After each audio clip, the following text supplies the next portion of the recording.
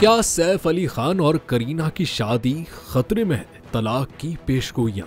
बॉलीवुड के मशहूर अदाकार सैफ अली खान और करीना कपूर के बारे में हाल ही में एक नजूमी की पेशगोई सामने आई है, जिसमें दावा किया गया है कि सैफ अली खान और करीना कपूर की शादी खतरे में है और ये जोड़ा जल्द तलाक ले सकता है। ये पेशगोई एक ऐसे वक्त में की गई है जब सैफ अली खान पर हाल ही में चाकू से हमला हुआ था और इस वाक़े के दौरान करीना कपूर की अवामी सतह पर गैर मौजूदगी ने इन कयास आराइयों को मजीद तक़वियत दी है। नजूमी सुशील कुमार सिंह ने एक इंटरव्यू में बताया कि उन्होंने 2010 में ही सैफ और करीना की कुंडली देखकर पेशगोई की थी कि उनकी शादी कायम नहीं रहेगी। उन्होंने हालिया हमले को अंदरूनी खानदानी मसाइल का नतीजा करार देते हुए दावा किया कि ये जोड़ा 1.5 साल के अंदर तलाक ले सकता है।